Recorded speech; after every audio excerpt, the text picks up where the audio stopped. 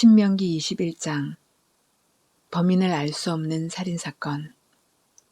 주 당신들의 하나님이 당신들에게 주셔서 차지하게 하시는 땅에서 누구에게 살해되었는지 알 수 없는 사람의 주검이 들에서 발견될 때에는 장로들과 재판관들이 현장에 나가서 그 주검 주위에 있는 성읍들에 이르는 거리를 재십시오.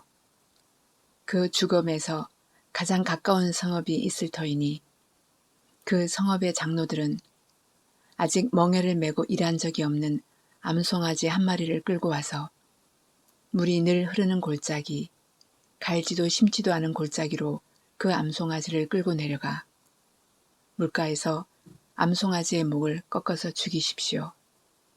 그때 레위 자손 제사장들도 그곳으로 나와야 합니다. 그들은 주 당신들의 하나님이 선택하셔서 주님을 섬기며 주님의 이름으로 축복하는 직책을 맡은 사람으로서 모든 소송과 분쟁을 판결할 것입니다. 이때 피살자의 주검이 발견된 곳에서 가장 가까운 성읍의 장로들은 물가에서 목이 꺾인 암송아지 위로 냇물로 손을 씻고 아래와 같이 증언하십시오. 우리는 이 사람을 죽이지 않았고 이 사람이 살해되는 현장을 목격하지도 못하였습니다. 주님께서 속량하여 주신 주님의 백성 이스라엘의 죄를 사하여 주시고 주님의 백성 이스라엘 사람에게 무죄한 사람을 죽인 살인죄를 지우지 말아 주십시오. 이렇게 하면 그들은 살인의 책임을 벗게 됩니다. 이렇게 해서 당신들은 당신들에게 지워진 살인의 책임을 벗으십시오. 이렇게 하는 것은 주님께서 보시기에 옳은 일입니다. 여자 포로를 아내로 맞는 규정. 당신들이 적군과 싸울 때 주 당신들의 하나님이 적군을 당신들의 손에 넘겨주셔서 당신들이 그들을 사로잡았을 때 그 포로들 가운데서 마음에 드는 아리따운 여자가 있으면 그를 아내로 삼아도 됩니다. 그 여자를 아내로 삼을 남자는 그 여자를 자기 집으로 데리고 가서 그 머리를 밀고 손톱을 깎고 잡혀올 때 입었던 포로의 옷을 벗게 하여야 합니다. 그리고 한 달 동안 집안에 있으면서 자기의 부모를 생각하면서 애곡하게 하여야 합니다. 그런 다음에라야 동침할 수 있습니다.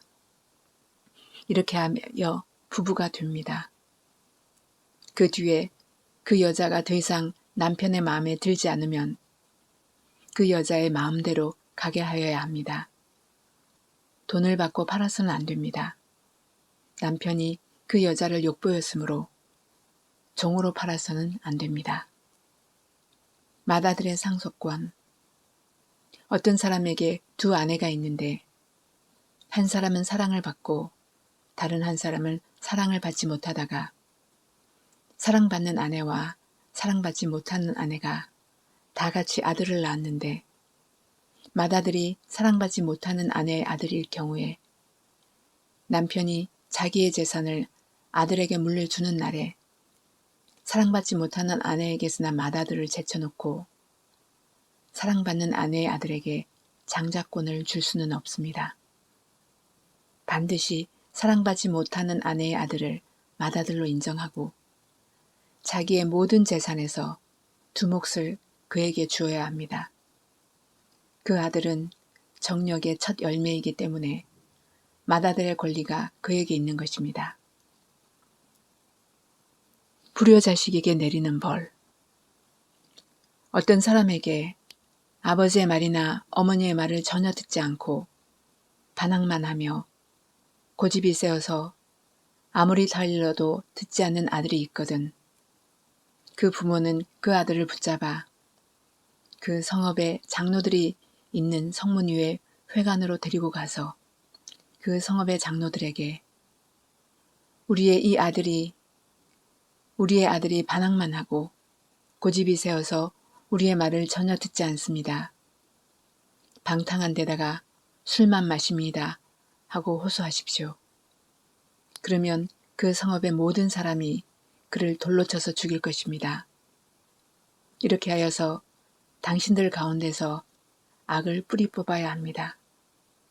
그래야만 온 이스라엘이 그 일을 듣고 두려워할 것입니다. 기타 규정. 죽을 죄를 지어서 처형된 사람의 죽음은 나무에 매달아 두어야 합니다. 그러나 당신들은 그 죽음을 나무에 매달아 둔 채로 밤을 지내지 말고 그날로 묻으십시오. 나무에 달린 사람은 하나님께 저주를 받은 사람이기 때문입니다. 당신들은 주 당신들의 하나님이 당신들에게 유산으로 준 땅을 더럽혀서는 안 됩니다.